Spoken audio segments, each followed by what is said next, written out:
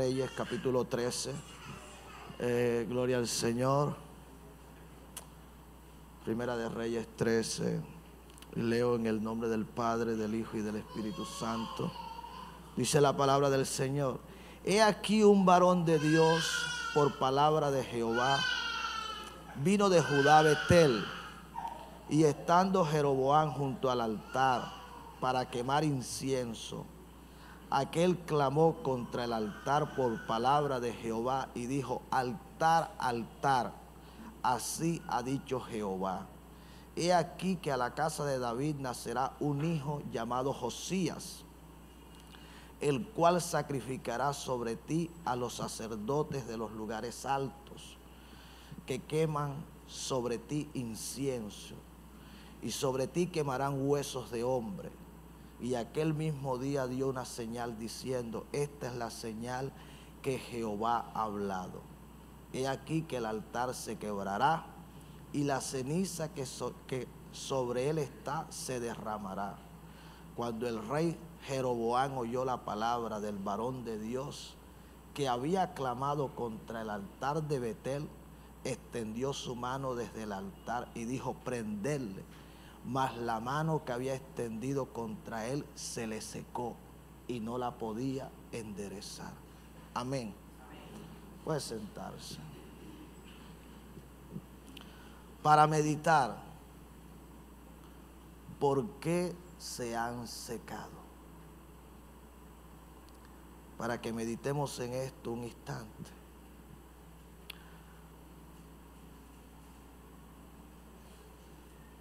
Jeroboam fue un rey que nunca imaginó llegar a donde el Señor lo llevó. Él era un fugitivo. Él había huido en los días del rey Salomón hacia Egipto. Pero cuando escuchó que Salomón había muerto y que Roboam, su hijo, asumiría el reinado, dice la Escritura que enviaron por Jeroboam para que viniera de Egipto a Israel.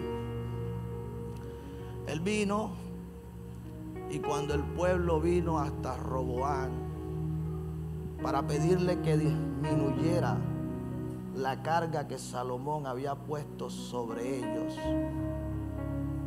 Roboam consultó con los ancianos y con los jóvenes, y no le pareció el consejo de los ancianos, tomó el de los jóvenes, y el pueblo no estuvo de acuerdo con Roboam. Allí surge la división.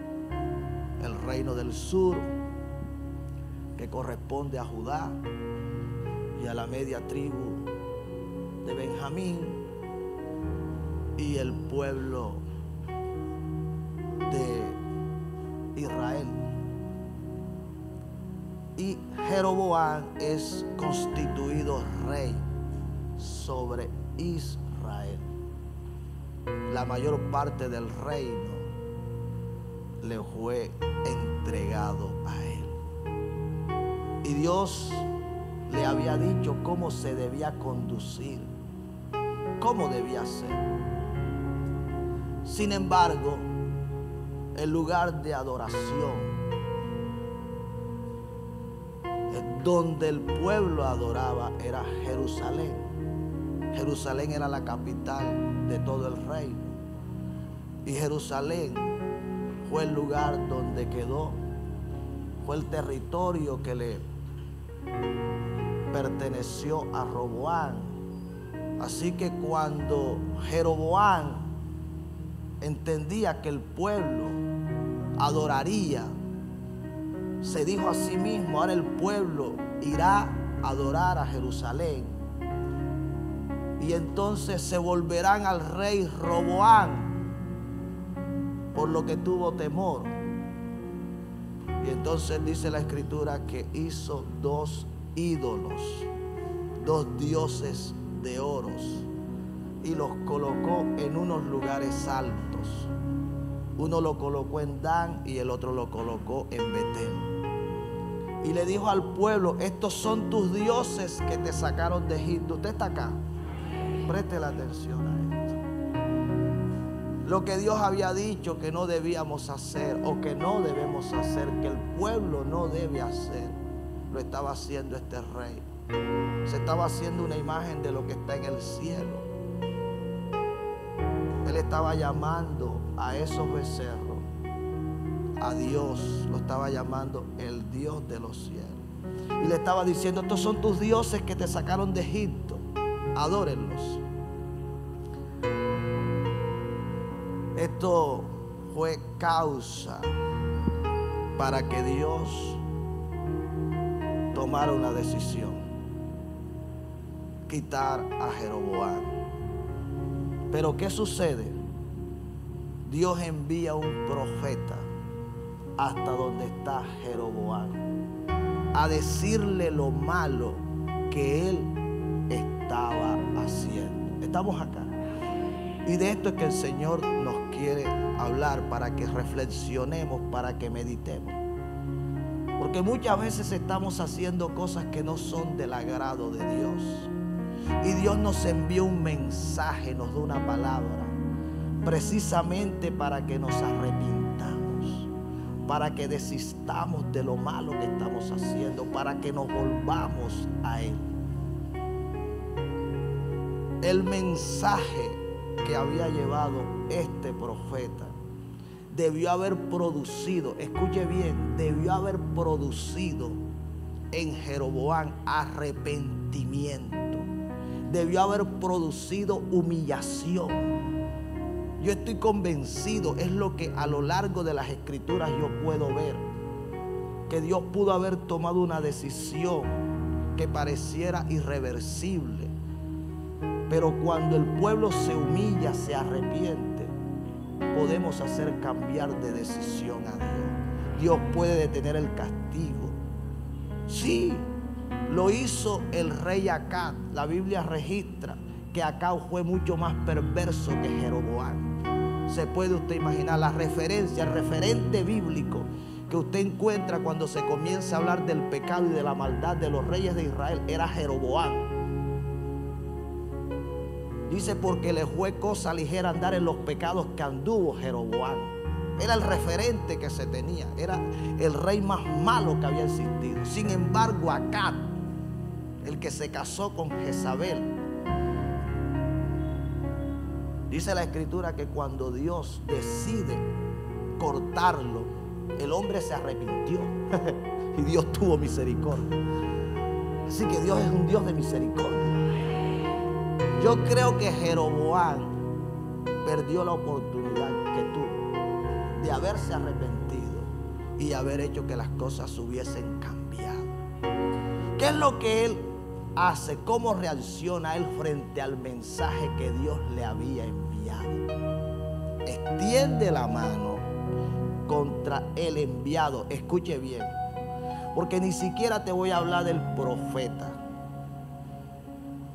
Porque hay profetas que son de Dios, pero andan de su cuenta, llevando mensajes que Dios no les ha dicho que lleven, llevando mensajes que Dios no lo ha enviado a llevar, profetizando cosas que Dios no le ha dicho que profeticen. Este hombre no fue a Jeroboam de su cuenta. Dice la escritura que Dios lo había enviado. Era un hombre de Dios. No era un usurpador en el ministerio, no era un engañador, no era un estafador, no era un mentiroso. Era un hombre de verdad, íntegro, consagrado, alineado con el Espíritu del Señor, que se recibía revelación de Dios. Fue Dios quien le habló, fue Dios quien le dijo: ves a Jeroboam. Y muchas veces no estamos de acuerdo con el mensaje que Dios nos está enviando, porque creemos que es el hombre. Para Jeroboam, el mensaje que este profeta, del que no se le conoce nombre, porque la Biblia no lo registra, algunos lo llaman el profeta joven, otros le llaman el profeta sin nombre. Este profeta había ido hasta donde Jeroboam a llevarle un mensaje de parte de Dios. Cuando él le da el mensaje, entonces Jeroboam extiende su mano en desacuerdo. Si estamos acá, no lo quiso aceptar, se enojó, se disgustó, se ofendió. Como resultado, ¿qué fue lo que le sucedió? La mano se le secó. Y no solamente la Biblia dice que se le había secado, sino que dice la Escritura que ya no la podía doblar. Estamos acá. ¿Por qué muchos se han secado? Y el Señor me hablaba de eso. ¿Por qué la vida espiritual de muchos se les secó? Porque cuando Él les envió un mensaje no lo quisieron escuchar, no lo quisieron recibir, se enojaron, se disgustaron. Por eso ustedes los ven hoy que no oran, no meditan las Escrituras, no se congregan, no adoran. Se están secando, se han secado. Porque muchos matrimonios se han secado, porque Dios les envió una palabra. Dejaron de amar a Dios como Dios demanda que lo amemos. Dejaron de buscar a Dios como Dios demanda que lo busquemos. Dejaron de honrar a Dios como Dios demanda que lo honremos. Dejaron de servir a Dios como Dios demanda que le sirvamos. Y ahora entre ellos el amor se ha estado esfumando, se ha estado secando. Ya no hay la misma pasión. ¿Por qué? Porque dejaron de tener a Dios como el centro. Se disgustaron, le dieron el primer lugar a quien nunca se lo debieron haber dado. ¿Por qué muchos ministerios se han secado? Porque Dios les envió una palabra, pero como eran el ministerio, si estamos acá. ¿Cuántos recuerdan el mensaje del domingo pasado? Tiene nombre de que vive, pero está ¿qué? Muerto. Porque muchos ministerios se han secado, porque habían hecho cosas que nunca debieron haber hecho. Y Dios les envió un mensaje, Dios les envió un mensajero, y eso no lo recibieron, no lo aceptaron, no lo creyeron, lo rechazaron, se opusieron. Y hoy están tratando de hacer de cuanta locura para traer a la presencia de Dios, para hacer que las cosas cambien. Pero las cosas no pueden cambiar si desechamos lo que Dios inicialmente nos estuvo hablando. Ministerios se han secado, ministros de Dios ya no profetizan. Mira, yo tuve un sueño la semana pasada. Hay cosas que yo me reservo, yo trato de ser muy cuidadoso. Y ustedes se van a quedar con el deseo de saber quién fue. Eso solamente lo sabe la pastora y el cielo. Y yo tuve un sueño, escuche bien, porque por eso es que uno a Dios tiene que prestar atención. Y te voy a contar este sueño. Yo tuve un sueño que yo estaba de viaje. El Señor me había llevado a un lugar a ministrar. Y regresé al cabo de unos días. Sé que no fueron muchos días, pero cuando llegué encontré todo en desorden. Algo no estaba bien. Y yo pregunté a alguien de la casa, le dije, ¿qué pasó? Y me dijo, pastor, aquí vino un hombre a predicar. Ese es el que ustedes nunca van a saber quién fue. Aquí vino un hombre a predicar. Y después que predicó ese día, dijo que él tenía que seguir predicando en este lugar, porque a él lo que el Espíritu le había ministrado, lo que había vivido, lo que había sentido, lo que aún él mismo había recibido, no lo había vivido en otro lugar. Pero nosotros le dijimos, pero usted tiene iglesia, si usted puede ministrar en otros lugares, ¿usted por qué no ministra en otro lugar? Dice, no, porque aquí es donde yo me siento bien. Y me dijo, pastor, y esa persona lo que ha estado predicando en este lugar son puras historias. Se nota que no hay palabra, que no hay revelación, no hay unción. Y entonces cuando yo estoy soñando, porque eso es un sueño, el Espíritu en el sueño me habló, y cuando yo desperté me siguió hablando. me dijo, tienes que tener mucho cuidado. Esto no es un juego. Mensajes que Dios envía y muchas veces no le prestamos atención.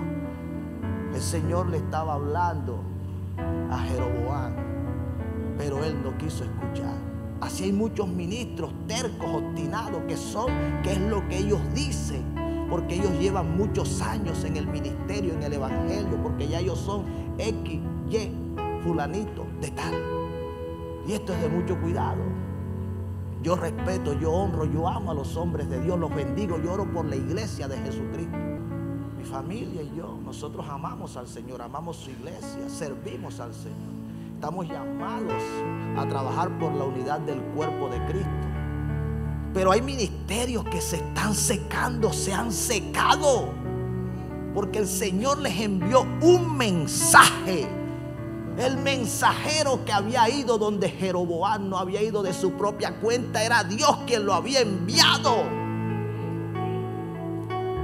Sin embargo, se incomodó, se molestó, no estuvo de acuerdo que el altar, estamos acá, donde él sacrificaba a unos ídolos paganos, donde no se adoraba a Dios, donde se engañaba al pueblo, un día ese altar iba a ser destruido. Un día ese altar iba a desaparecer. Un día iba a nacer un hijo a la casa de David llamado Josías, que sacrificaría huesos de muertos de aquellos sacerdotes paganos, porque este hombre fue tan impío que él mismo constituía sacerdotes. Estamos acá. Eso es lo que uno ve hoy día. Por eso usted asegúrese que su ministerio se lo haya dado Dios, que su llamado sea genuino y no que no sean los hombres quienes lo hayan constituido. Porque hay muchos en el ministerio constituidos por los hombres y no por Dios. Porque el parentesco muchas veces puede más. Estamos acá. Porque es mi hijo, porque es mi hermano, porque es mi sobrino, porque es mi nieto, porque... No, usted no anhela estar en el ministerio porque usted es pariente del líder, de quien Dios llamó al servicio, de quien Dios llamó al ministerio. Otros por la familia, por la amistad, porque es mi amigo, porque es mi colega. Estamos acá. Porque soy el que estoy preparado, algunos dirán. Porque yo soy una persona experimentada. Pero no caiga en ese error. Prefiero un inexperto que tenga el llamado de Dios que un profesional. Estamos acá. Que no tiene nada de Dios. Así que ese altar un día iba a ser ¿qué? Destruido. ¿Por qué razón? Porque Jeroboam no estaba caminando en rectitud con el Señor. Porque ese altar no lo había levantado el Señor. Un altar levantado por los hombres, donde se adoraba de acuerdo a los hombres, donde lo que se buscaba, escucha bien, era alejar al pueblo de Dios. Porque muchas veces cuando el corazón del hombre está inclinado al verdadero Dios, no va a dejarse manipular por los hombres. Y los hombres no quieren muchas veces que el creyente tenga una verdadera relación con Dios. Ese es un error, esa es una equivocación. Usted tiene que anhelar que el pueblo ame a Dios, busque a Dios, conozca a Dios, sirva a Dios y que Dios se lo lleve para donde se lo quiera llevar.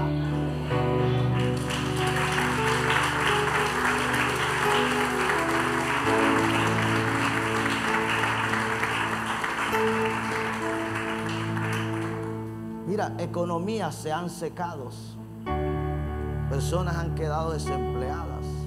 Escucha bien. Algunos no han podido ascender, no han podido ser promovidos. A otros se les detuvieron las contrataciones, los proyectos. El negocio se ha venido abajo. Todo se está dañando, todo se ha estancado, algo está pasando. Porque Dios envió un mensaje y no lo recibimos. Estamos acá. Esto es para que reflexionemos. ¿Cómo que estamos en un tiempo donde el Señor está haciendo tantas cosas y muchos parecieran no estarlo viviendo? Con ellos está sucediendo todo lo contrario. Jeroboam comenzó bien. Nada en su vida estaba seco. Estamos acá. Pero en un momento la mano se le secó. La quiso enderezar y no lo pudo. Con sus fuerzas no lo logró. Para que usted entienda que hay cosas que con sus propias fuerzas no las va a poder lograr. Si ya Dios le dio una palabra, atienda la palabra que Dios le habló. Dios sigue hablando. Para los que creen que Dios dejó de hablar, no, Dios habla todos los días. Que tú no lo escuches, ya ese es otro asunto. Pero Dios todos los días habla. Amén. Sí. Usted sabe todo lo que en la vida de una persona se seca cuando Dios envía una palabra para amonestar, y en lugar de recibirla, lo que se hace es que se rechaza, que se contradice, que se opone, que se dice: no, eso no fue Dios, ese fue el hombre el que habló. Tenga mucho cuidado. Si usted cree que fue el hombre, primero consulte a Dios. No actúe a la ligera. No se emocione. No actúe en la carne, porque va a cometer un grave error. Se están secando porque están rechazando ¿qué? El mensaje que Dios les ha enviado. Amén. Gloria al Señor.